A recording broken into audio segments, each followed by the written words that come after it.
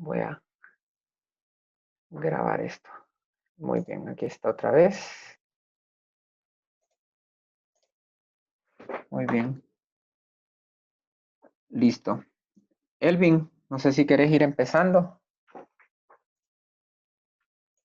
Aquí está, ¿me escuchás? Eh, Buenas tardes, no sé si se me escucha bien porque estoy con datos, no estoy en la casa, entonces no sé si se me escucha bien. Sí se oye. Sí. Entonces, Eh, aquí está lo que les comentaba, la periodización del Partido Comunista de Honduras en el siglo XX.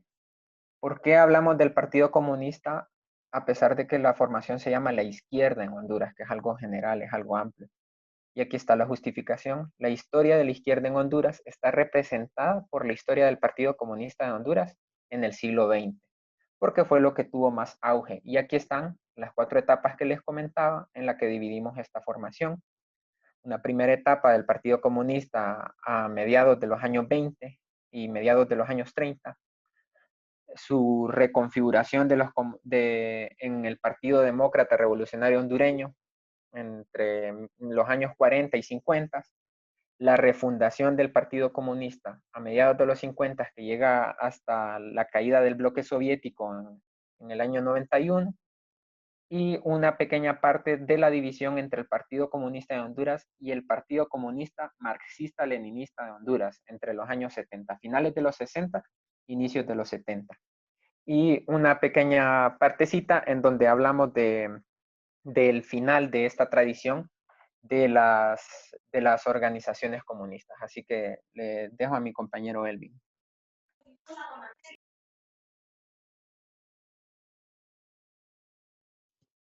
Buenas tardes, compas. Bueno, ya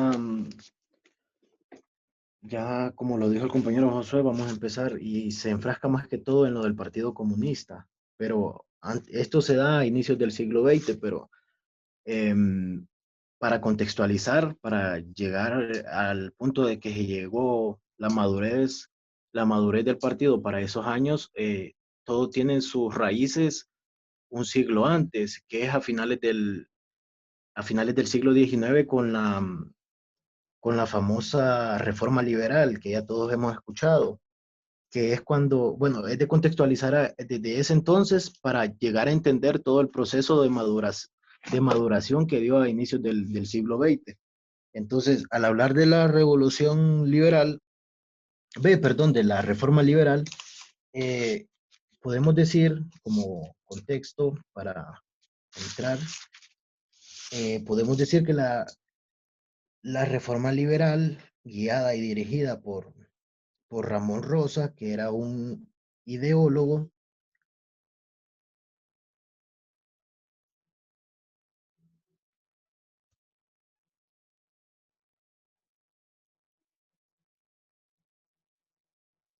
Elvin, ¿nos escuchás? ¿aló? Me Es están que escuchando? llegamos hasta que era un ideólogo, Ramón Rosa. No se me está escuchando, pero Se te aquí ya se me cortó escucha ahorita. bien. Sí, ahorita sí.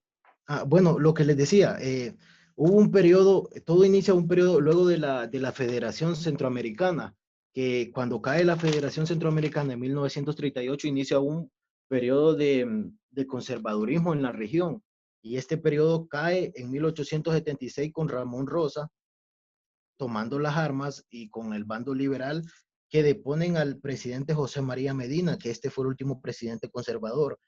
Entonces, ya con los liberales en el poder, se inicia la famosa reforma liberal que ya todos escuchamos. Cabe resaltar que ya en esa época se veía venir una ola de cambios en toda Latinoamérica, de corte liberal. Esto inició con Benito Juárez en México, asimismo Guatemala, con Justo Barrios, y en Honduras los propulsores fueron, bueno, como ya lo he dicho, Ramón Rosa, que era un ideólogo liberal y que en ese gobierno era el ministro general del gobierno y como presidente estaba Marco Aurelio Soto. Estos fueron los propulsores de la reforma liberal aquí en el país. Con esta reforma liberal vinieron cambios bien profundos en el país. Ya puede ser en lo político, en lo social, en lo cultural, en lo jurídico y en lo administrativo. O sea que esto prácticamente fue una refundación del país como tal.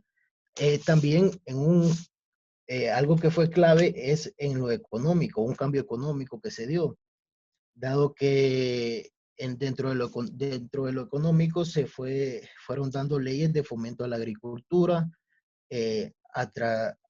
atraer a la inversión extranjera, que es aquí lo importante, el desarrollo del enclave minero y bananero, y aquí es cuando empieza a tener injerencia Estados Unidos en el país, y asimismo se impulsa el cultivo de café y también se moderniza el sistema fiscal y monetario, o sea que hasta cierta medida en ese entonces iba bien las reformas liberales, iban modernizando al Estado como tal. Pero lo que hay que detallar es que justo antes de esta reforma liberal, la mayoría de la población se dedicaba a actividades agrícolas. La gente trabajaba como jornaleros, lo hacían de manera individual en la tierra y que, bueno, en resumidas cuentas tenían una agricultura de subsistencia. Había mucha actividad económica.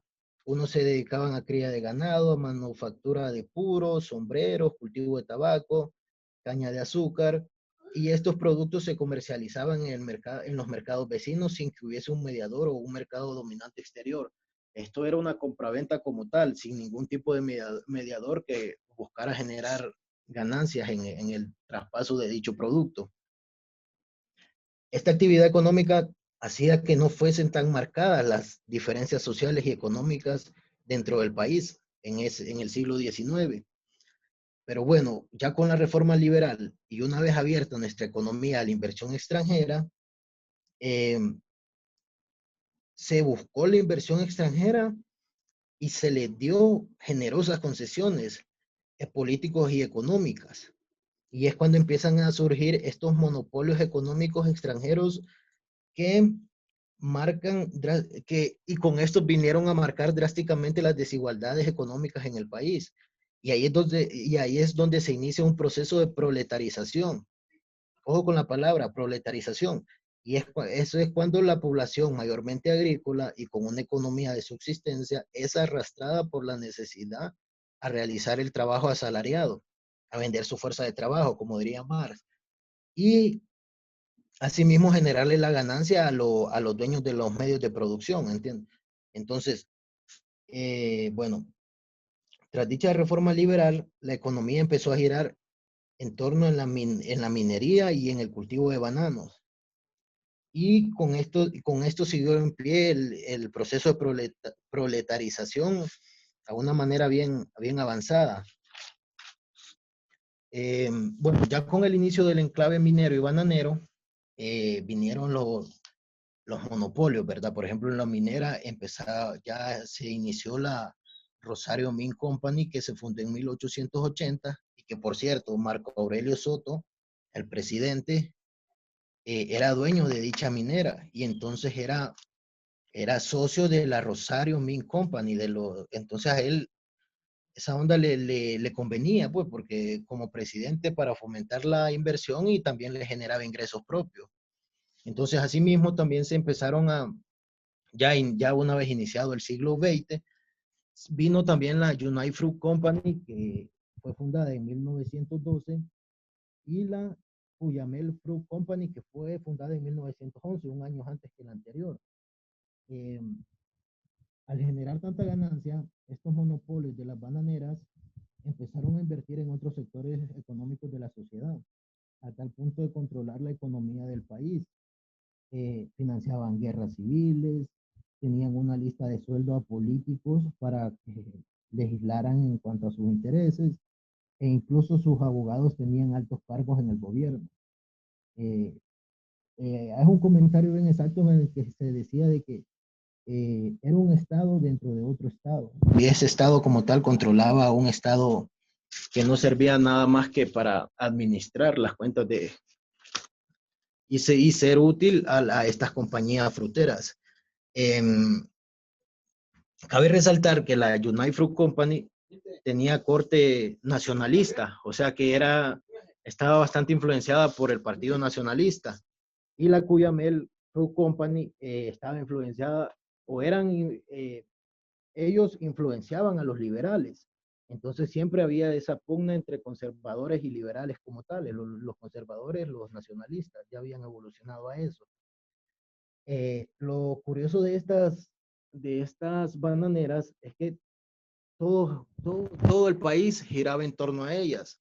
E incluso y a la par de esto venía la explotación de la población, del proletariado ya establecido, con salarios bajos, con jornadas laborales bien extensas y sin ningún tipo de seguro. Cabe resaltar que yo aquí tengo, lástima que no la puedo poner, que es que eh, estas empresas, yo tengo aún como diagnóstico así aquí de los sueldos que pagaba en ese entonces y a los trabajadores sin destreza de las bananeras se les pagaba que $1.75 al día y era el salario mínimo. Y entonces era una papada que no les servía. Y incluso a esto, lo que hacían ellos, las bananeras, ya los monopolios establecidos, es que en vez de pagarle dinero como tal, lo que hacían era que se les daban ticket para los comisariatos que ellos mismos administraban. O sea que usted vendía su fuerza de trabajo, usted trabajaba y, bueno, estos manes les pagaban con ticket que solo podían ser reclamados. Comisariatos eran como pulperías en las pulperías que ellos mismos administraban. O sea que toda la economía giraba en torno a ellos. Y era una mierda bien perra, pues, porque el Estado ya había, y es una cuestión bien contradictoria del Estado, porque con esta reforma liberal se propuso impulsar al país como tal e incluso dándoles esas grandes concesiones, pues, porque no es que no pagaban ningún tipo de impuesto y a lo mucho que se les pedía a estas bananeras es que crearan caminos en los rieles. Sí, sí, sí.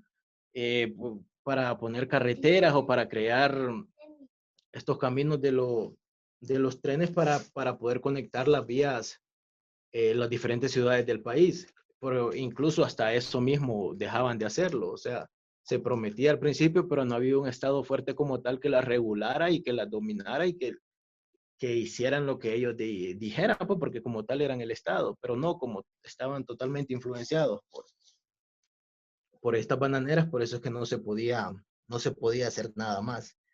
Dadas estas condiciones precarias, ya un pueblo sufrido, explotado, eh, que jugaban con su dignidad, es que ya empiezan los movimientos obreros a querer organizarse.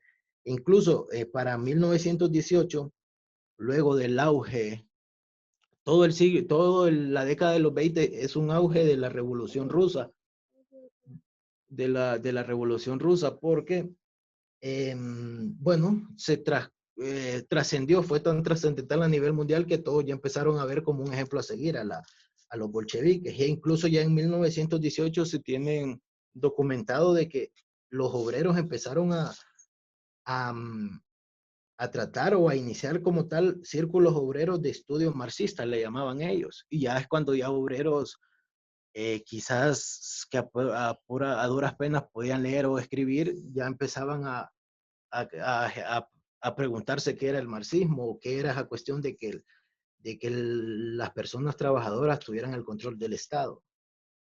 Entonces se empiezan a generar esas molestias y se empiezan a canalizar ya en sindicatos como tales, ya en organizaciones, y se crea también el FO, que es la Federación Obrera Hondureña, pero estos tienen un carácter mutualista, o sea, ya estas personas buscan concesiones, incluso no se despegan del bipartidismo como tal, no se despegan, están un tanto alineados a ellos y solo quieren que se les dé un tanto de concesiones a los trabajadores, que no está mal, ¿verdad? Pero lo que se busca es el fin, es el terminar la explotación de los obreros como tal. Y contrario a ella estaba el FSH, que este sí era un sindicalismo ya más radical y que estaba ya dominado por el PCH, que era ya una vez establecido el Partido Comunista de Honduras. Y lo interesante de este que no aspiraba a concesiones, este lo que hacía era que buscaba acabar ya con esa explotación como tal. E incluso ellos fueron los propulsores y crearon dentro de esta federación una comisión femenina para organizar a la mujer trabajadora para organizar a la mujer trabajadora a nivel campesino y a nivel, se podría decir, un tanto industrial, que siempre eran dominados por estos monopolios bananeros. Entonces ya se les empezaba a generar esa cuestión a las mujeres de que a ellos les decían y tenían como ese lema de que eran hermanas en la miseria, pues, y entonces generarles también en ellas esa cuestión de conciencia de clase para que lucharan a la par de los obreros, porque las mujeres ya estaban siendo un papel importante en la cuestión obrera en el país. Yo aquí tengo un texto que lo quiero leer, lo que decía, porque dice que cuando en 1926 el gerente de Banco Atlántida en La Ceiba, Félix Lloveras, viajó a Washington a tener una conversación con el Departamento de Estado.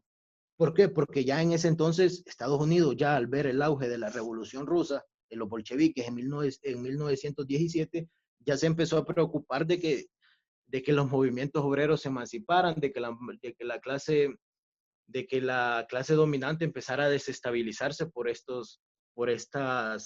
auge que estaba teniendo el obrerismo a nivel mundial. Entonces, este man cuando viaja, se le preguntan, ¿verdad? Va al Departamento de Estado y concretamente a la División de Asuntos Latinoamericanos. Y ahí se le pregunta respecto a si había algún tipo de evidencia de actividades bolcheviques porque así se llamaba los bolcheviques que generaron o que fueron propulsores de la Revolución Rusa.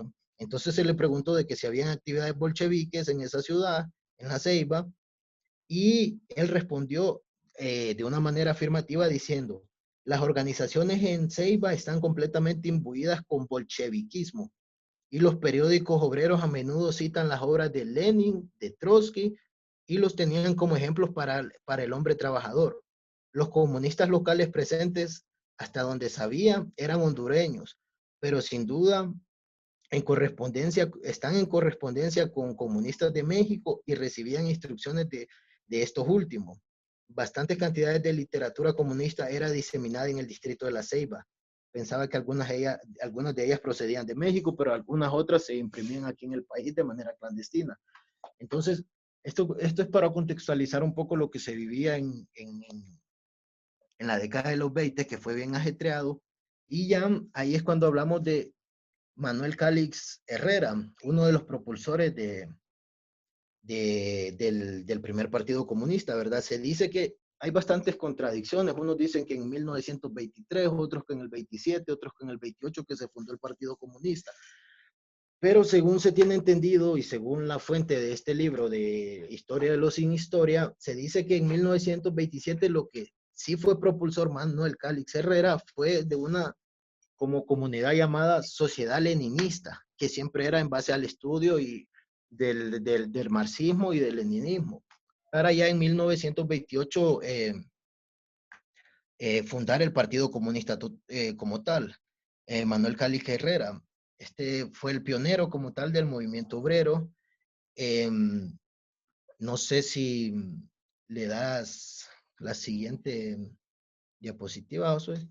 Bueno, como decía, esto ya lo había hablado, que es de la cuestión del mutualista que buscaban las concesiones y del sindicalismo como tal propuesto por el PCH ya para radicalizarse, pues, y entonces tomar los medios de producción. No sé si, bueno, cabe aclarar que esto termina de desarticularse ya con Carías, ¿verdad? Ya cuando entra la dictadura. No sé si le das siguiente, Josué, por favor. Aquí se pueden ver algunos aspectos destacados del PCH, y es que crearon su propia organización sindical obrera, que es la Federación Sindical Hondureña de las que le hablaba. También propusieron la ley de trabajo para defender los derechos de la clase trabajadora hondureña. Fueron los primeros en proponer la creación de sindicatos en las compañías bananeras y crearon sus propios periódicos, algunos de estos ya también censurados y obviamente la mayoría ilegales o prácticamente todos. Y dato curioso es que participaron en las complicadas elecciones de 1932 en las que la ganó Tiburcio Carías Andino. Y lo curioso de esto es que el partido en ese entonces, si mal no recuerdo, llegó a sacar más de 1.300 votos, pero lastimosamente no tenía la estructura como tal del bipartidismo, ¿me entiendes? Porque el Partido Comunista era más que todo en la zona norte. También podemos ver algunos arrestos de Manuel Cali Herrera, que en 1927, en noviembre, fue castigado por ingresar como soldado. Eh, Arrestado en Puerto Cortés en agosto de 1928, en 1929, junio y julio expulsado de Tele y llevado a pie a Tegucigalpa. En el 30 llevado a Tegucigalpa de San Pedro Sula, en llamada Cacería Roja, y en 1932 enviado a Roatán debido a la huelga. O sea que este man siempre estuvo en constante lucha, y es algo histórico.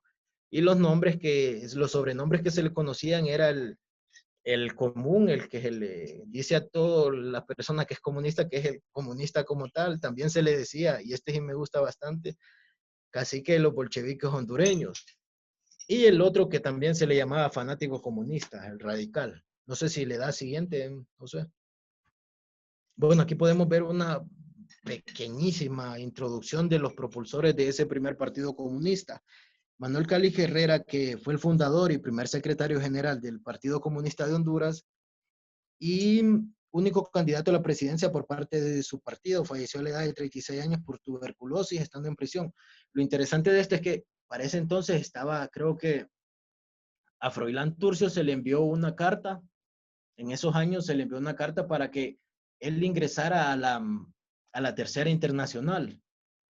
Pero Froilán Turcios no era marxista. Froilán Turcios, él dijo que él era liberal, y entonces lo que hizo fue entregarle esa carta de invitación a Manuel Cálix Herrera, y ese fue uno de los puntos principales o puntos de quiebre en la conexión que ya el PCH tenía con el movimiento comunista internacional. También estaba Juan Pablo Wangurir, no sé, ahí sí no lo puedo pronunciar bien, que fue el promulgador de las ideas socialistas en Honduras y uno de los destacados miembros del PCH. Falleció en el exilio en Guatemala a la edad de 38 años en la dictadura de Jorge Ubico. Este man era santabarbarense, pero participó en la Primera Guerra Mundial con el frente de Canadá. Participó en el ejército de Canadá y participó en la Primera Guerra Mundial. Luego estuvo bastante tiempo en Europa, y ahí fue donde se radicalizó. Luego regresó a Honduras con ideas y pensamientos marxistas. La otra persona es Graciela García, que es una luchadora revolucionaria y fundadora del movimiento feminista en Honduras, impulsora del sindicalismo en Honduras y las peleas por los derechos de la mujer. Una mujer reconocida en el movimiento sindical de inicios del siglo XX y tuvo bastante influencia en el país, y también en El Salvador fue bastante influyente. Entonces, no sé si le das a la siguiente, José, por favor. Bueno, cabe resaltar que ya cuando llega Carillas al poder, ya es como un quiebre, ¿verdad? Ya empieza la persecución, ya las empiezan a exiliar a, to, a todos los líderes de estos sindicatos, de estos movimientos y del partido como tal, y los termina de exterminar, valga la redundancia. Entonces ya con él, ya es un precedente, ya del movimiento ya queda muerto, solo esporádicamente es que se dan algún tipo de manifestaciones, pero ya se sabe que fueron duramente eh, combatidas, duramente bueno, prácticamente es que hubieron hasta muertos. Creo que en el 43 fue que hubo una manifestación, y creo que José la mencionó en la clase pasada, en la formación pasada, que en San Pedro Sula asesinaron a todos los manifestantes, y Juan Manuel Galvez, que era el del ejército, creo, no recuerdo bien, y él dio la orden de matar, ese mismo que sale en el billete de 50. Y solo se dijo en el periódico de que toda esa sangre que estaba en la calle, que era porque a las mujeres les había venido la menstruación, y eso era todo. Entonces, ya con eso se empieza bueno, ya para 1949 ya empieza a reconfigurarse como tal, y en medio de la dictadura, ya cuando la dictadura está a punto de caer, pero no es que el país la derrotó como tal. Recordemos que ya venía un proceso después de la Segunda Guerra Mundial. Entonces ya con esto ya Estados Unidos quería, en teoría, volver un poco más democrático para mantener, ¿va? Para ser más coherente y no dejar que estas ideas de izquierda radical se promulgaran por Latinoamérica. Entonces ya por eso le apostó y le dijo a Carías pues, que tenía que convocar elecciones. Y él puso a Galvez, pero de ahí Galvez le dio vuelta, pero es otra historia. Bueno, se crea en medio de la dictadura el PDRH, que es el Partido Democrático Revolucionario Hondureño. Y esta segunda generación de comunistas se reconfiguró por medio de un partido policlasista llamado Partido Democrático Revolucionario Hondureño, que tuvo una existencia efímera en nuestro país. Su principal función es la organización de los obreros y crear conciencia de clase, objetivos que lograron a cabalidad en sus periódicos. Todo esto desde la clandestinidad, obviamente, porque ahí se acrecentó también eh, la cuestión de reprimir a los movimientos sindicales y a los partidos de izquierda como tal. Entonces, siguiente página, Josué, por favor.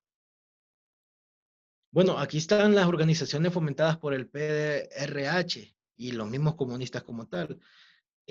Organizaron el Comité Coordinador Obrero, que se fundó en el 49-50, y ahí tienen sus órganos de difusión, que como Voz Obrera y Vanguardia Revolucionaria. En el 53 crean el Comité de Unidad Sindical y su órgano de difusión es el Machete. En el 54 está el Comité de Lucha Obrera, que el órgano de difusión era el trabajo, ya un folleto de difusión del PCH como tal. Y tenía partido afín primero por el PRH y más tarde por el PCH. Ya ahí es una cuestión ya del apogeo de la huelga del 54, del proletario hondureño hacia las bananeras, pero eso es más adelantito. También el comité crean el Comité Central de Huelga en el 54 y que es el órgano de difusión del trabajo. Y dato interesante es que se dice que no era un movimiento comunista como tal, el de la huelga del 54, pero ya todos sabemos de que sus líderes estaban completamente influenciados por ideas marxistas. Entonces, creo que ya voy finalizando mi parte. José, no sé si otra diapositiva.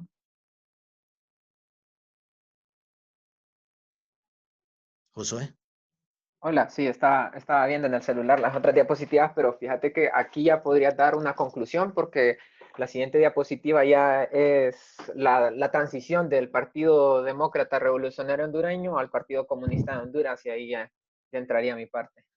Bueno, en resumidas cuentas, este fue el movimiento obrero y el movimiento de izquierda, no solamente del Partido Comunista, sino de los movimientos sociales y de las federaciones obreras. La verdad que fue una época bastante complicada porque el país siempre está bien atrasado. O sea, actualmente incluso estamos 50 años atrasados que México, que los otros países del área, como Costa Rica. Entonces, el país siempre tiende a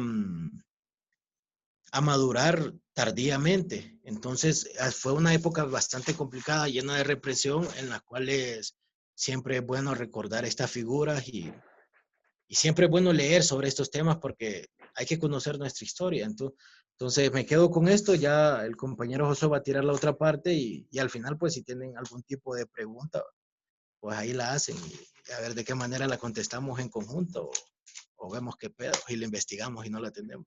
Entonces, ya queda el compañero Josué. Muy bien, gracias, Elvin. Muy bien, aquí continuamos con esta primera parte. Lo que estábamos viendo eran la entrada de estas ideas comunistas, de estas ideas socialistas, venidas desde la Unión Soviética, que esa siempre ha sido una gran interrogante que se ha tenido de cómo entran estas ideas a Honduras.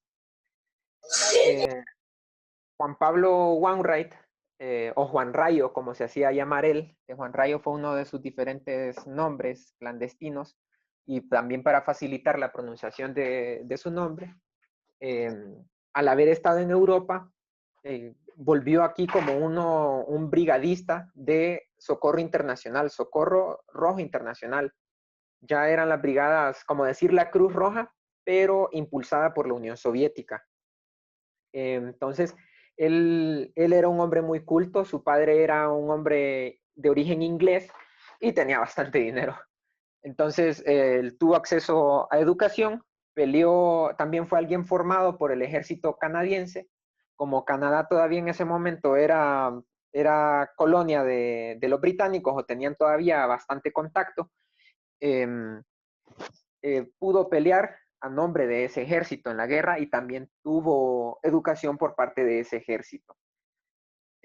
Volviendo de Europa fue que comenzó a integrarse con Graciela García, con Fernando García, que era hermano de Graciela, con Manuel Calix Herrera, y empezaron así a tener estos círculos marxistas obreros, como llamó Elvin en la primera parte. Hay que destacar que Manuel Calix Herrera fue el primer secretario general de este primer partido comunista, y él tenía la edad más o menos de nosotras y nosotros. Tenía exactamente 21 años cuando fue el primer secretario general del Partido Comunista de Honduras. Entonces, muy bien, ya entrando en materia de lo que me toca exponer a mí, está el resurgimiento de las organizaciones obreras, la izquierda y la huelga del 54. Aquí vemos una diferenciación entre épocas del Partido Democrático Revolucionario Hondureño y el Partido Comunista de Honduras.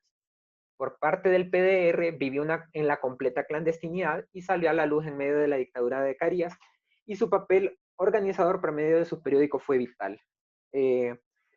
Yo leía en Prisión Verde, recuerdo que ese habla, Prisión Verde, uno de los múltiples libros conocidos de Ramón Amaya Amador, habla de un primer intento de huelga en el año 44 precisamente, y mencionan que estos periódicos los imprimían y llegaban a regalarlos, se metían a todas las plantaciones bananeras, iban desde San Pedro Sula hasta El Progreso, iban hasta La Ceiba a entregar en los campos bananeros cierto número de periódicos para que los campesinos lo leyeran, para quienes sabían leer, y para quienes no, lo escucharan. Entonces, se habla bastante en ese libro que el protagonista era alguien muy culto y les leía estos periódicos. Y así fue como empezaron a radicalizarse en estos contextos. Muy bien. En el Distrito Central, la influencia del PDRH ayudó a crear los primeros sindicatos de constructores, de maquiladoras y de transportistas. Estos tres sindicatos fueron los que tomaron la lucha en esos años, en la década de los 50, de los 40, y fueron los primeros tres que se formaron a causa de muchas huelgas entre el final de la dictadura de Carías y mediados de la dictadura de Juan Manuel Gálvez. Incluso también hablan ampliamente del sindicalismo en Honduras en La historia del movimiento obrero hondureño, un libro por Víctor Mesa. Y si ya lo quieren ver un poco más dinámico, está en la novela Constructores de Ramón Amaya Amador. La disolución de este partido fue por la dificultad de organización. Aquí puede que ustedes piensen que fue una contradicción, de que si el papel organizador por medio de los periódicos fue algo vital y algo que lograron, ¿cómo se desarticula este partido por falta de organización? Pues la organización era interna, la falta de organización interna, y también porque este partido se regía por la socialdemocracia y era tenían uniones con gente que tenía ideas afines y gente intelectual, gente pequeño burguesa o que todavía era burguesa. Entonces era como ese pensamiento de, sí, me gustaría generar un cambio, pero no lo voy a dar del todo. Y aparte que varios de los miembros del PDR eran confiesos de que necesitaban un partido auténtico de la clase obrera. Entonces ahí empiezan a dimitir ciertos militantes de esa organización para ya sea reintegrarse, ojo a ese dato, reintegrarse al Partido Liberal o simple y sencillamente continuar con su vida. Aquí ya caemos a la conformación del Partido Comunista de Honduras. Ahí está, con la brecha marcada por varios de los exmiembros del PDR, se comienza a maquinar la organización del segundo Partido Comunista de Honduras. Un intento anterior se llevó a cabo en 1948, donde se introdujo una Asamblea Nacional para un proyecto de estatutos, mismo que no gozó de legitimidad y reconocimiento. Esta asamblea se llevó a cabo en mayo del 48, se generaron los estatutos, se nombró un comité central del Partido Comunista de Honduras, pero no tuvo legitimidad porque esa llamada Asamblea Nacional no fue una verdadera convocatoria, sino que fue de algunos ideólogos o partidarios de las ideas de izquierda que se organizaron para querer reconformar este Partido Comunista que al no tener la suficiente fuerza o convocatoria en esos años, no se organizó plenamente e incluso llegó a ser negado esa Asamblea Nacional años después que sí se reconfigura el Partido Comunista de Honduras, el segundo Partido Comunista de Honduras. Tan desastrosa fue esa reorganización de 1948 que hasta llegaron a negarla. Formalmente, el 10 de abril de 1954, en la ciudad de San Pedro Sula, se da cabida a la refundación del Partido Comunista de Honduras, que pocos días después lleva la batuta en la huelga bananera del 54. Esta asamblea del 10 de abril del 54 es bien vital. Si hemos leído un poco o si hemos escuchado un poco del Partido Comunista de Honduras, este famoso partido de la huelga del 54, nos damos cuenta que sus actividades se llevaron en la zona norte más que todo. Y uno llega a preguntarse por qué, si el primer Partido Comunista de Honduras era netamente capitalino. O sea, por las mismas calles del centro, del Parque Central, donde usted camina, también caminó Manuel Calix Herrera, Juan Pablo Wainwright, Graciela García, y por ahí andaban caminando en sus revueltas. ¿Por qué aparece en San Pedro Sula? Elvin lo mencionó al inicio.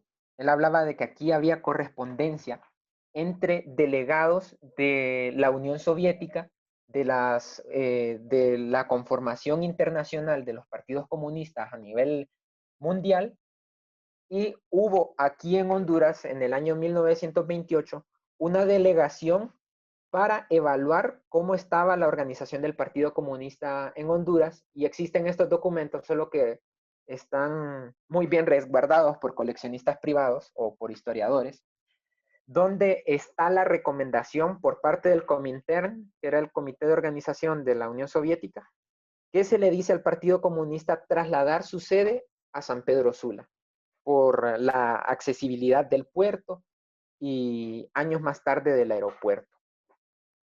Muy bien. Entonces, en esta Asamblea Nacional del 10 de abril del 54, fue una asamblea que, si bien es cierto, tuvo poca afluencia, pero tuvo más legitimidad. ¿Por qué? Porque en el libro Destacamento Rojo, que es una crónica novelada de Ramón Amaya Amador, que cuenta todo el drama del Partido Comunista de Honduras, ese segundo partido comunista, habla ahí con sobrenombres, podremos decirlo, de quienes estaban en esa asamblea, y era gente de todos los sectores obreros, campesinos e incluso magisteriales de todo el país. Eran 2 personas por delegación, donde se hizo una vigilia para trabajar el proyecto de estatutos lo más pronto posible y no seguirse exponiendo en medio de esa dictadura. Incluso habla de que eran 2 niños prácticamente los que estaban en la entrada de esa casa con armas, con subfusiles y pistolas, vigilando de que no llegara la policía. Para no levantar sospechas tenían 2 niños. Muy bien, aquí continúo. Segundo Partido Comunista de Honduras, el nuevo inicio. La clase obrera hondureña, como clase en desarrollo y como la más progresiva de nuestra época, no podía quedarse ahí. En su seno prosiguió gestándose la revolución, aunque en condiciones muy desfavorables. ¿Por qué? Por la bien sabida dictadura. Salimos del cariato, llegamos al galvismo y luego al intento de una dictadura por parte de Julio Lozano Díaz. Aquí me voy a detener un poquito para hablarles de cómo es la salida al aire del Partido Comunista de Honduras ya conformado. O sea, prácticamente tenía 2 semanas de existir cuando ocurre la huelga del 54. Y aquí, leyendo una parte el libro que les mencioné anteriormente, Historia del Movimiento Obrero Hondureño, de Víctor Mesa, dice textualmente: durante el mes de abril del año 1954, sobre todo en las 2 últimas semanas, fue evidente un recrudecimiento de las tensiones y conflictos que caracterizaban las relaciones laborales de las compañías fruteras con sus trabajadores.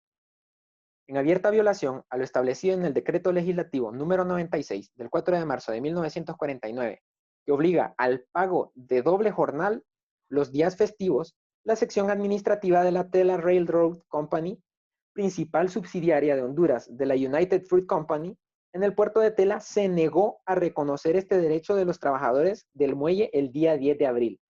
Qué casualidad, ¿verdad? En respuesta, los trabajadores se rehusaron a continuar las labores de carga a los barcos bananeros y presentaron una demanda judicial para obligar a la compañía al pago del salario correspondiente. La demanda no prosperó y la compañía impuso su voluntad. Unos pocos días después, un incidente similar se produjo en Puerto Cortés, otra de las divisiones de la Tela Railroad Company en el país, y los administradores de esa empresa, en una acción de represalia, despidieron al dirigente de los obreros del muelle, el muellero Rafael García, lo que de inmediato suscitó la solidaridad de los demás trabajadores, quienes se declararon en huelga. El propio ministro de Gobernación se vio obligado a viajar a la zona del conflicto y mediar en busca de la solución. Un día antes, los trabajadores del departamento de mecánica de la misma empresa se habían declarado en huelga en protesta por la arbitraria detención de su representante en la negociación del conflicto, el mecánico Juan Canales. Ahí está. Aquí habla ya de un poquito antes de la huelga. Me voy a adelantar una parte que habla directamente. El 30 de abril, todos los trabajadores bananeros del Progreso estaban en huelga. El recién creado comité de huelga, que lo mencionábamos en una de las diapositivas anteriores, convocó a la celebración del 1 de mayo. Si recuerdan la formación anterior, yo les había dicho que esta celebración estaba prohibida. Y obtuvo un éxito rotundo, reuniendo una multitudinaria manifestación entre huelguistas y pobladores que les daban su apoyo. Es bien interesante que esta huelga del 1 de mayo fue un movimiento altamente espontáneo. Sucedió porque sucedió. Simplemente llegó al punto en el que la gente estaba cansada de los atropellos y empezaron a manifestarse, a caer en huelgas. Y llegaron al momento, no sé si esto fue un error de la misma compañía o que sucedió solamente porque sí, que estaban apresando a bastantes dirigentes y la gente estaba ya organizada y empezaron a tomar acciones por las represalias que estas compañías tomaban en contra de estos dirigentes. Muy bien. Aquí en esta diapositiva dice que en esa misma década surgieron varios círculos de estudio marxista en diferentes lugares del país. Directamente el PCH, en una de sus estructuras o en las declaraciones de su estructura organizativa, decía que era por círculos pequeños, que estos círculos se tenían que tener en todas las ciudades y dependiendo de la cercanía que uno tuviera, podía integrarse a uno de su ciudad. Muy bien.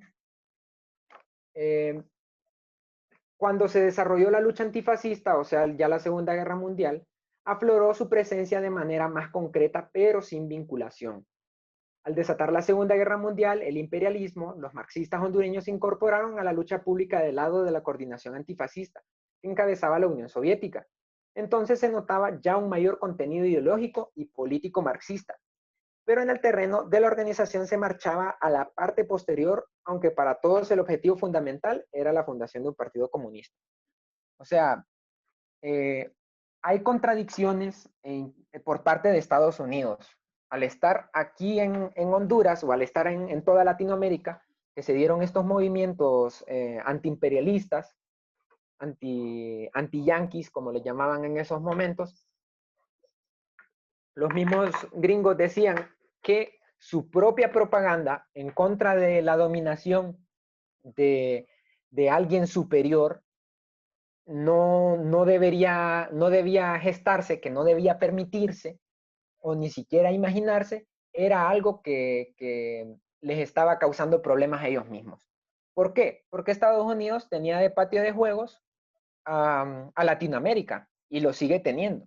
Entonces, todas estas ideas de no a la dominación, de sí a la autodeterminación y sí a la construcción de los propios gobiernos y la democracia, les estaba afectando sus negocios en Latinoamérica y ampliamente les sucedió.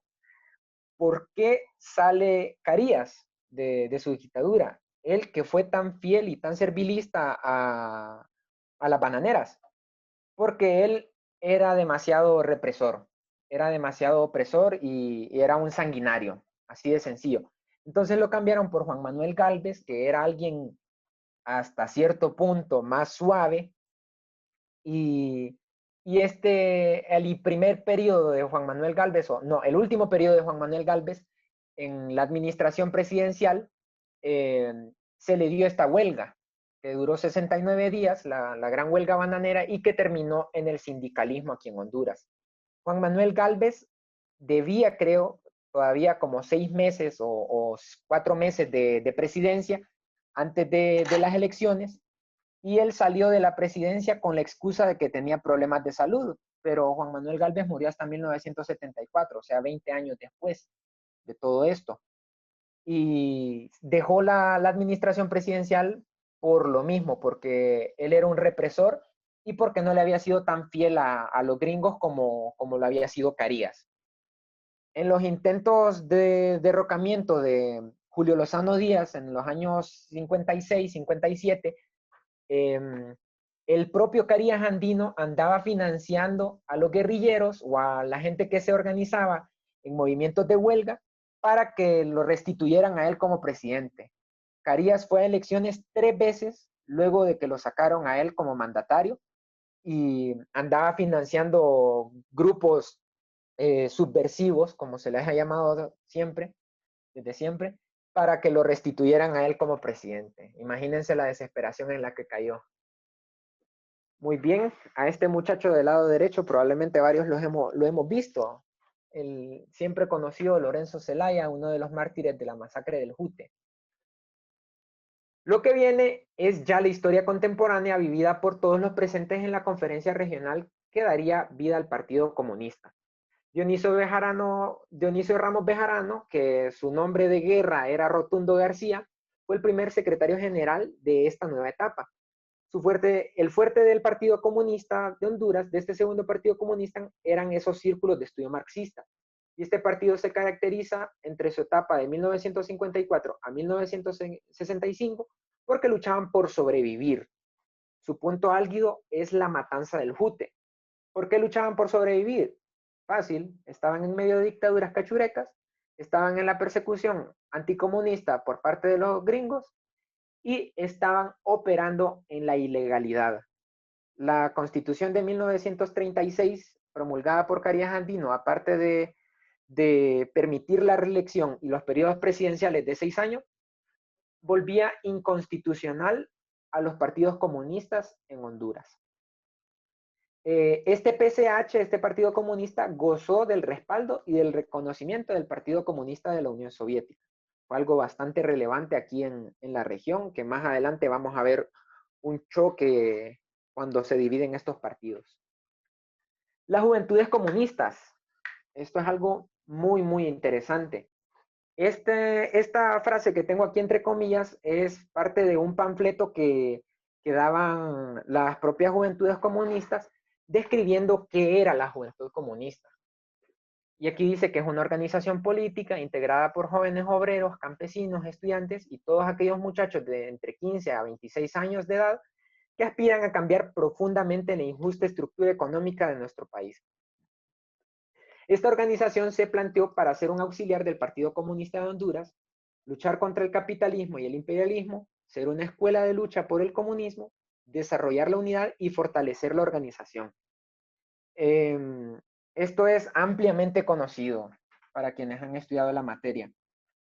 Las juventudes comunistas de Honduras estaban 100 veces mejor organizadas que el propio Partido Comunista de Honduras. ¿Por qué? Porque, vamos, hay que admitirlo, siempre hemos sido los jóvenes quienes son los primeros en poner el grito al cielo cuando hay una injusticia. Siempre somos los primeros que andan allá diciendo que no es justo y andamos poniendo siempre el pecho. Y en estos años del final de la dictadura de Juan Manuel Gálvez y el inicio de Julio Lozano Díaz, fueron 110 días de huelgas que netamente era la universidad, la UNA y la Escuela Superior de Profesorado, que es la pedagógica, quienes cerraban los puentes de Tegucigalpa y Comayagüela, aquí en la zona central, para convocar a protestas y manifestaciones. Y ya más adelante, aquí abajo, la última nota que tengo, dice que llegaron a dividirse entre prosoviéticos y prochinos, y los llamaban, se denominaban entre gordos y flacos por la apariencia física de los soviéticos y de los chinos. Los soviéticos hemos visto fotos, ¿verdad?, que son bastante gordos, y los chinos que son muy, muy delgaditos. Aquí está esta parte de la ruptura y el surgimiento del Partido Comunista Marxista-Leninista de Honduras. Este Partido Comunista Marxista-Leninista de Honduras, o el Partido ML, como le llamaban en esos años, nace el 15 de enero de 1967 como una división dentro del Partido Comunista de Honduras. Puede causar mucha confusión estar diciendo PCH y PCH. La forma que utilizaban para diferenciarlos es que al Partido Comunista surgido en el año 54 le ponían entre paréntesis una B labial, sí, labial, ¿verdad? O una B alta, como le decimos, para diferenciar que eran los bolcheviques. Y el PCM le ponían una M entre paréntesis para diferenciarlos que eran maoístas. Entonces aquí está que se dio esta división entre las relaciones políticas internacionales y la simpatía de las líneas soviética y china.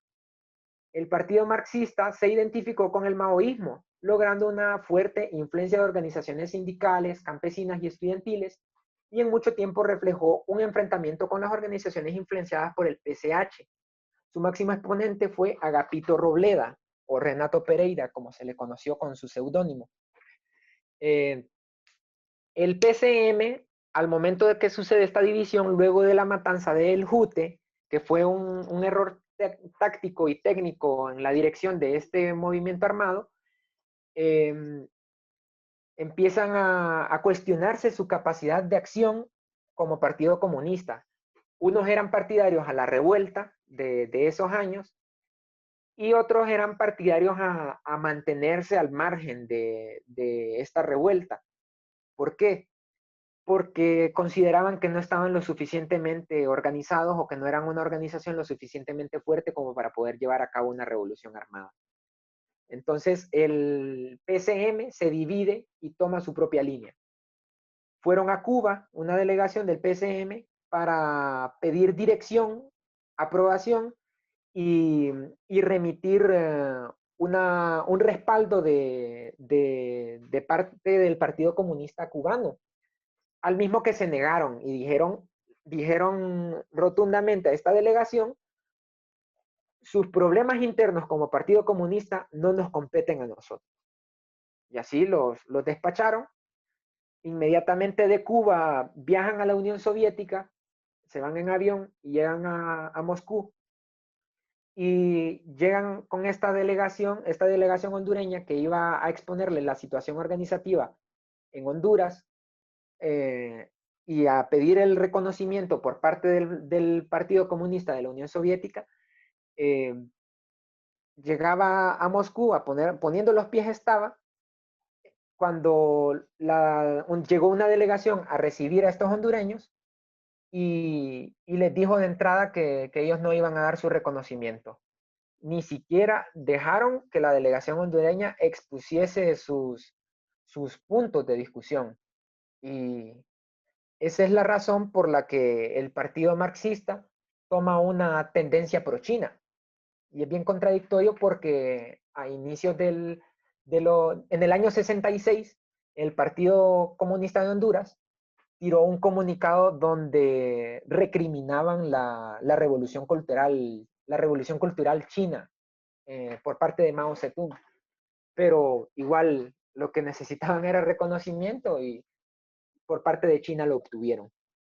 Entonces, entre el año 1967 y 1971 hubieron dos partidos comunistas en Honduras y ambos tuvieron presencia en los movimientos estudiantiles, obreros y campesinos. Y aquí están las fuentes de los partidos comunistas en Honduras, que sus fuentes existen en nuestro país sobre los partidos, son periódicos, informes de sus comités, publicaciones, análisis de la realidad nacional, así como sus congresos. Si van a la Hemeroteca Nacional, pueden encontrar entre esos años varios varios periódicos de ambos partidos. Yo encontré ahorita en internet unos panfletos internacionales del Partido Comunista de Honduras. Y se los podría pasar después, si me los piden. Y aquí abajo, en este segundo párrafo, comenta que el Partido Comunista de Honduras es el que más sobrevive en este tipo de fuentes. Obviamente, existió de 1954 a 1991. En cambio, del Partido Comunista Marxista-Leninista de Honduras existen en menor medida, porque prácticamente sobrevivió 5 años, 6 años. Este formato que vemos al lado derecho, yo lo tengo en físicos. Les podría mandar una versión que tengo escaneada de él, si me la solicitan.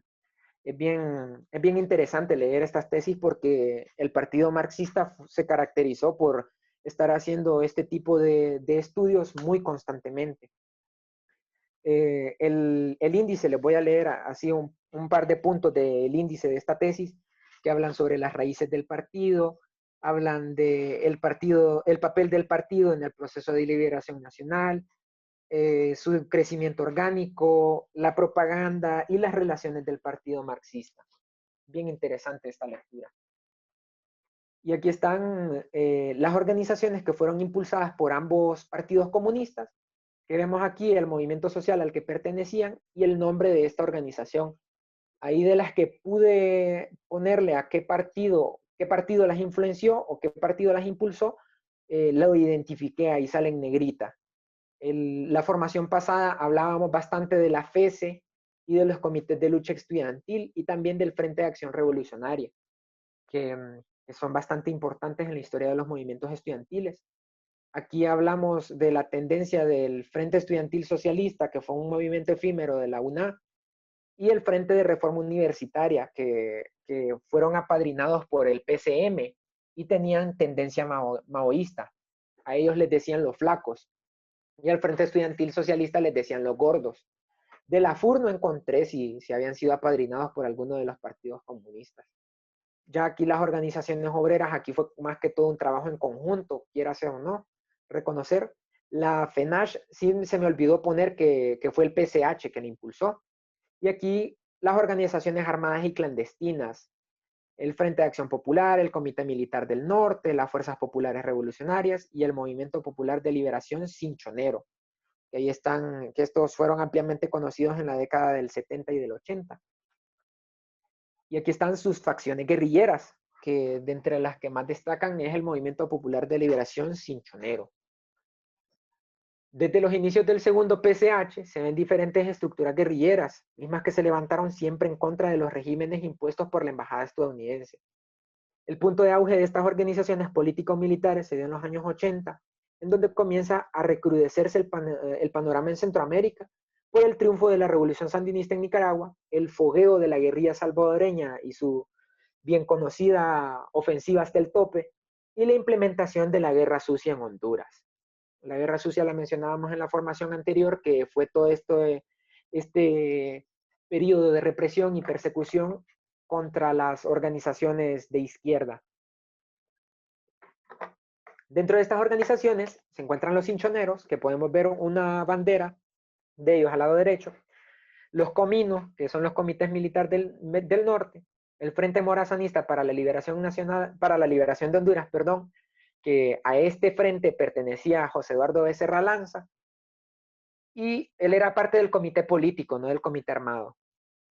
Y está el Movimiento Revolucionario Francisco Morazán.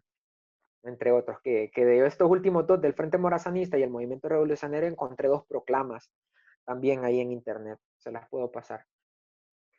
Aquí ya vamos hablando del fin de una era. Aquí ya es la caída de estos partidos y de estos movimientos subversivos.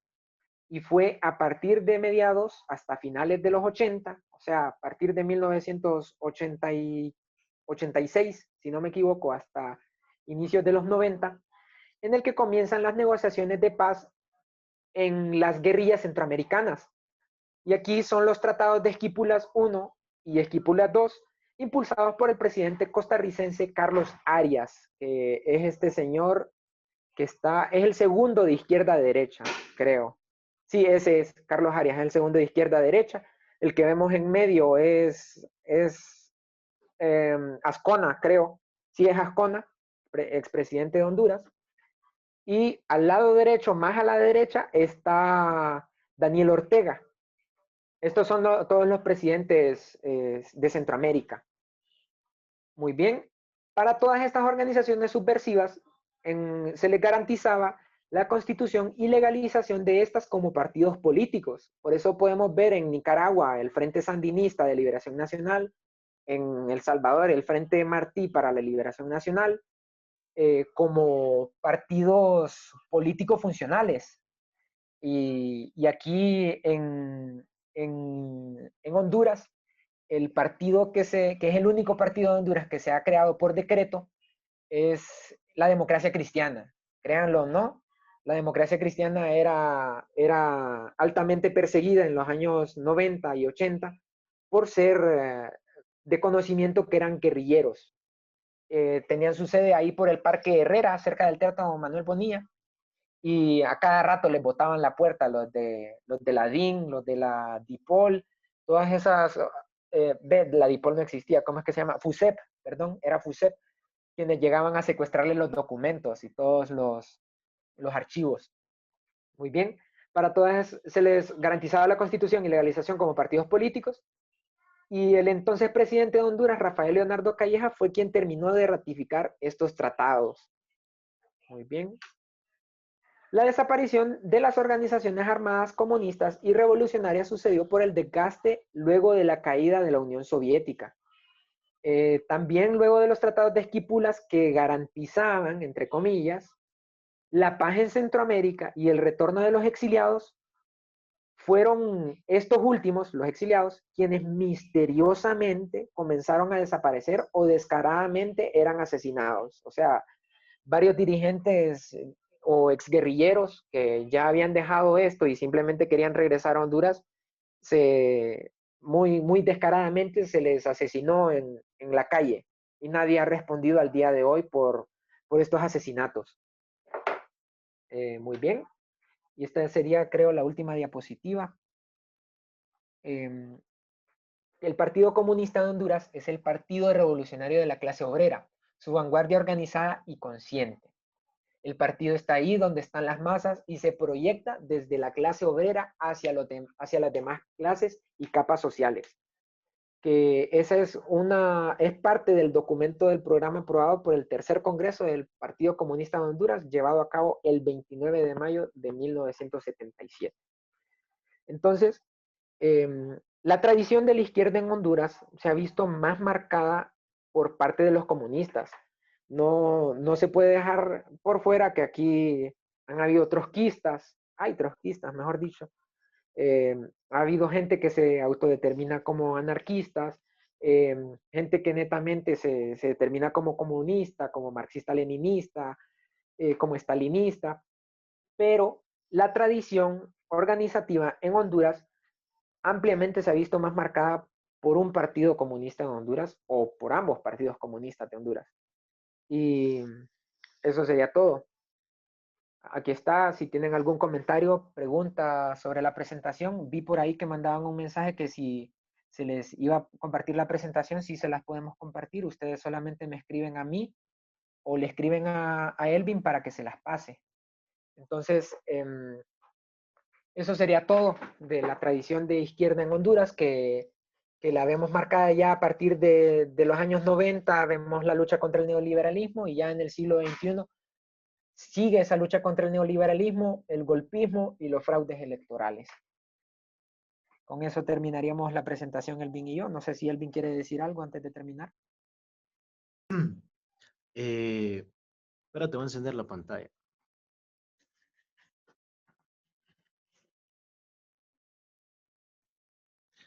Más que todo, agradecer siempre a la banda que se ha conectado, a los compas y a las compas postulantes que están recibiendo las formaciones, también a la misma banda militante nuestra, y a los compas que no pertenecen a la organización de nosotros, pero siempre están pendientes de este tipo de formaciones. Son formaciones bien autogestionadas como tal, sale de iniciativa propia. Sin embargo, utilizamos fuentes históricas, los libros y todas esas cuestiones, que también es de pasarlas para darle sus respectivos créditos, porque de ahí las sacamos. Y nada, vos, decirles que estén pendientes. Hoy domingo fue porque el viernes nos salió un inconveniente a Josué y a mí, por lo mismo tanto no pudimos dar la formación el viernes, y también por estas cuestiones del huracán.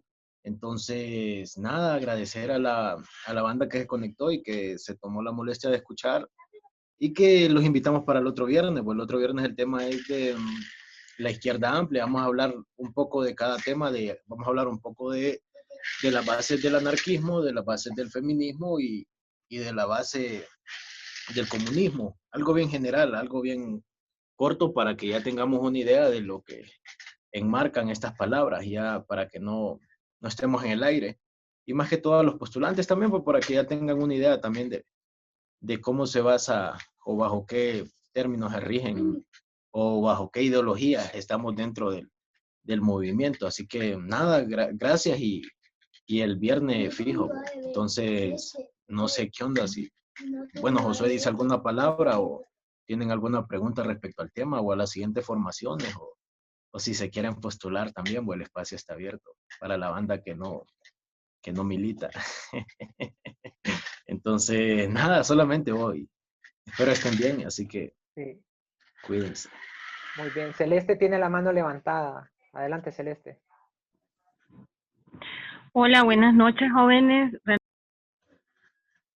Este tipo de espacios que ustedes pues construyen. Casualmente compartí una parte de la presentación en mi estado de WhatsApp y me llamó mucho la atención las críticas que tuve de la nada. Yo siento que la izquierda en Honduras, si bien es cierto, nunca ha estado en el poder, ese es el objetivo primordial, pues. Y no sé, los que estamos como a favor de este tipo de ideología nos vemos en medio de muchos ataques. Ustedes que son jóvenes, como decía Morazán, son los llamados a dar vida a ese tipo de cosas, ¿verdad? Sin embargo, en este momento que estamos en una contienda electoral, ¿verdad? En el que yo siento que es la única forma de poder rescatar este país realmente dentro de esta dictadura que vivimos.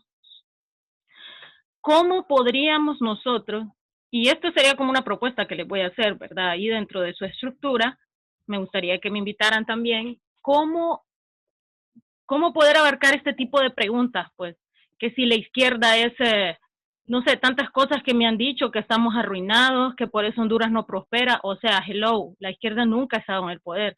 Sin embargo, la derecha nos tiene totalmente la mente que es lo peor que ha pasado. Me mencionaban sobre la bandera de la Rusia comunista, en la que tenían la hoz y el martillo. Me decían, no, ¿y por qué usan esa bandera si esa bandera representa pues destrucción? O sea, y les estoy diciendo que me lo decía un historiador, ¿verdad? Que esa bandera no es correcto utilizarla, que nosotros tenemos que generar nuestros propios símbolos, y en parte tiene razón el licenciado, ¿verdad?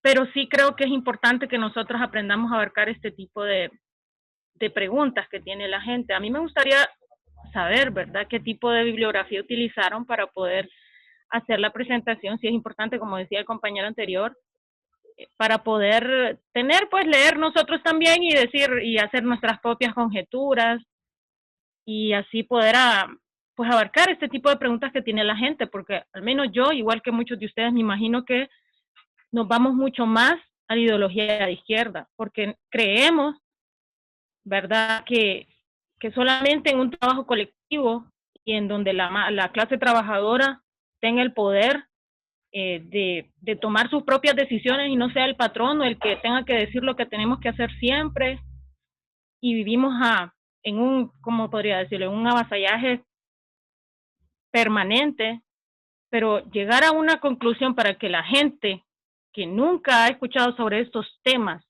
y no crea que son come niños, no crea que son destruye familias, no creas que somos como destruir un sistema en el que estamos, podríamos decirlo, a gusto, pues. No sé, algo así, dejo esto como al aire para que piensen o pensemos, ¿verdad? Si me quieren incluir, de cómo poder abancar este tipo de foros y construir pues desde un espacio de juventud. Me encanta que la juventud toque estos temas, por como les digo y les reitero, los felicito. Y no, estamos a la orden, ¿verdad? Para poder construir todos estos temas. Y gracias por la invitación. No sé si vas a hablar, Josué, o hablo yo algo rapidito. Sí. Hablamos primero y luego yo.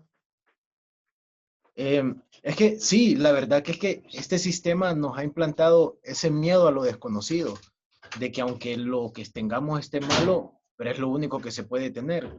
Entonces, lastimosamente, hay una dominación cultural y se nos mete eso bien en la cabeza. Y bueno, sí, e incluso ahorita para el 2009, ¿cuál era la propaganda? Que Yamel era comunista, de que se iba a quedar en el poder, de que los comunistas eran malos, comían niños, desplumaban gallinas, habían matado 100.000 millones de trillones de personas, y entonces toda esa propaganda que viene desde un solo lugar, desde el oficialismo, desde este mismo sistema, desde las entrañas de este sistema, es porque no les convienen estos espacios. Y entonces estamos llamados a romper este tipo de cuestiones porque a la población se la cree. A mí me han dicho de que cuántas cosas no me han dicho, de que me vaya a vivir a Cuba, de que me vaya a vivir a Venezuela, y aún sabiendo que Venezuela no es ni siquiera comunista como tal, pero son estas cuestiones de que la misma ignorancia en el tema hacen que las personas actúen así. Por eso siempre es necesario, sí, ya nos vamos, por eso siempre es necesario estos espacios de construcción, estos espacios de discusión y también salir de estos espacios. Pues. Si nosotros que, bueno, ya tenemos una base bien pequeñita, también esparcirla, o sea, combatir contra ese mismo sistema de que te implanta todas estas cuestiones desde niño, pues, porque desde jovencito ya te implantan esa cuestión de individualismo, la competencia. Entonces, no, este sistema ya te dice que todo tiene que ser colectivo, de que todos somos socialmente iguales. Entonces ya, por eso es la razón de que nosotros somos los llamados que ya tenemos un poquito de conciencia, de que ya hemos estudiado la historia, tenemos que compartir este pensamiento para que no caer siempre en la ignorancia, pues, y la clave está en leer. Yo creo que es bien complicado a veces porque no estamos, ya con esto termino, no nos siembran esa semilla de leer, de averiguar, de conocer nuestra historia. Entonces, ahí es donde nos joden, porque dicen que quien no conoce su historia está condenado a repetirlo 1,000 veces. Entonces, es de fomentar la lectura, es de fomentar estos espacios, pero a nivel comunitario también. No solo entre intelectualoides, así, o utilizando palabras bien duras, bien complicadas, sino que hablándolo como de compas, pues como que vos me alero o vos me alera, pues macizo, mira, esta onda es así, para así poder ir rompiendo ese estigma.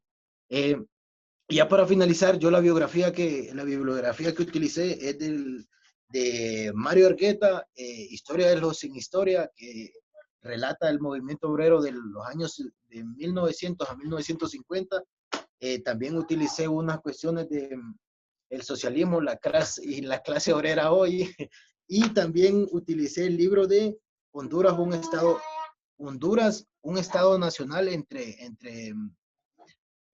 como a manera de pregunta, que es de Juan Arancibia. Entonces, y también utilizamos una exposición de un historiador que está haciendo su maestría, Josué, que José dirá el nombre porque a mí se me escapa, porque también fue una base para construir esta formación. Entonces, nada, somos llamados a romper ese estigma, llamados a sacar de la ignorancia a nuestro pueblo. Y no con esto de ignorancia lo digo como que de que la creamos nosotros, nada que ver, sino que es una realidad, que estamos sumisos, este sistema nos quiere ignorantes y somos los llamados a romper todas estas cuestiones, ¿no? Para crear un mundo donde seamos socialmente iguales todos, como decía Rosa Luxemburgo.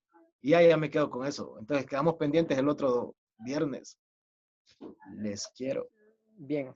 El historiador del que hablaba Elvin ahorita, que lo mencionaba, es Josué Sevilla. Es licenciado en una Valle de Sula.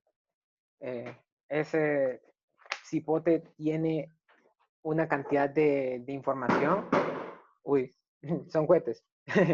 Una cantidad de información bien amplia y ha hecho su trabajo, Parte de lo que yo cité está en Destacamento Rojo de Ramón Amaya Amador, en Constructores también de Ramón Amaya Amador y en Prisión Verde. Que estos son, yo lo hice a manera de cita, no lo puse directamente en la presentación, pero sí relaté un poco, porque Ramón Amaya Amador fue de los fundadores del segundo Partido Comunista de Honduras, que incluso se cuenta que él cruzaba la frontera de Honduras y Guatemala trayendo propaganda proveniente de México para Honduras, para distribuirlo en Honduras. Es más, su primera novela, Prisión Verde, impresa en 1944, la primera edición, fue de los primeros tomos que se le perdió cruzando el río Motagua entre Honduras y Guatemala porque una de las valijas se le soltó y se la llevó el río. Utilicé también el que les mencioné ahí en la presentación, que les puse una foto, la tesis sobre el Partido Comunista Marxista-Leninista de Honduras y su desarrollo, la historia del movimiento obrero en Honduras de Víctor Mesa. También me referencié en la historia de los sin historia, que lo mencionó Elvin, en parte de la lectura que hice de La Verdad, escrito por Agapito Robleda, el último secretario general del Partido Comunista Marxista-Leninista de Honduras, en Memorias de un Comunista, de Rigoberto Padilla Rush, bueno, anécdotas de Rigoberto Padilla Rush, y escrito por Marvin Barahona, la compilación de Tomás Erazo Peña sobre el lanzamiento popular de 1954 y el PSH, que aquí tienen documentos inéditos de la gran huelga del 54 y de la fundación del PSH como tal. Política y Sociedad en Honduras, de Víctor Mesa también. Y el último, y por eso menos importante, altamente criticado, y yo también, Elvin y yo nos sumamos a las críticas, de El abusador de estudiantes, Edgardo Rodríguez, la izquierda hondureña en la década del 80. Varias de las entrevistas que hizo Edgardo Rodríguez las terminó tergiversando y varias de la información que está aquí no es del todo correcta. Sirve como referencia histórica, como memoria histórica de cierta periodización de tiempo de las organizaciones de izquierda en Honduras, pero no es la mejor fuente. Cuando pueda lo voy a escanear para estarlo subiendo, porque yo soy muy partidario de la piratería. Y además que esta información ya casi no se encuentra. Veía que Carlos Canales tenía levantada la mano, no sé si va a participar. No, más que todo es felicitar a los compas que están aquí que están entrando en este proceso de formación. Es necesario, así como lo planteó Elvin, de que vayamos saliendo de ese montón de utopías que existen, del tema de que vivimos incluidos, y como sabrán, el control de los medios tiene un gran poder en el país, y por eso es de que es tan difícil y cuesta salir adelante en todos estos procesos, pero como lo planteaba la compañera, se viene un nuevo proceso y posiblemente a nivel centroamericano se vean secuelas de revolución por el tema de que está sucediendo en Costa Rica, bueno, Nicaragua a la par, el tema de Guatemala. Entonces yo creo que se está planteando como un panorama para una nueva coyuntura. Y entonces hay que estar listos como jóvenes para que no cualquiera venga y te cambie tu forma de pensar. porque es lo más importante. El conocimiento es poder en este caso. Y sobre todo un aplauso ahí para los compitas, para Elvin y José, que lo hicieron muy bien. Ok, felicidades, compa.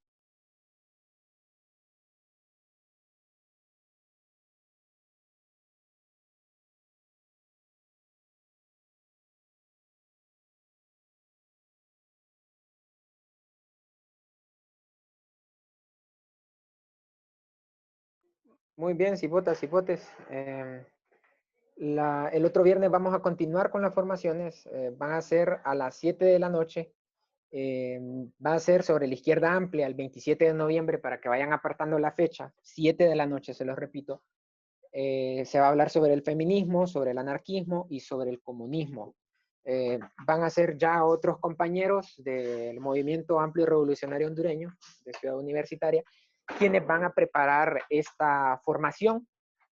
De eso no se preocupen, que van a quedar en excelentes manos para la siguiente formación. Entonces, si para quienes puedan estar, para quienes quieran estar también, se les va a hacer llegar la invitación para todo esto, para todo este proceso de formación.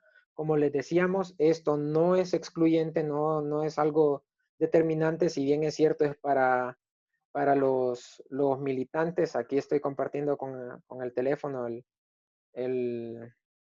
la convocatoria. Aquí está, ya la pueden ver. No es excluyente para nada, en absoluto lo estamos haciendo totalmente abierto para quien quiera aprender. Así es, para quien quiera aprender, no solamente de nuestros militantes o postulantes. Invitados, invitadas, pueden ir saliendo de la reunión si gustan. Les agradecemos su tiempo por haber estado con nosotros y nosotras. Adelante siempre y hasta la victoria, ¿verdad? Gracias de nuevo y hasta la victoria siempre. Buenas noches. En salir a Cachureco. Oye, cheque, pues se me van cuidando, cipotas y cipotes. Bien, bien, bien.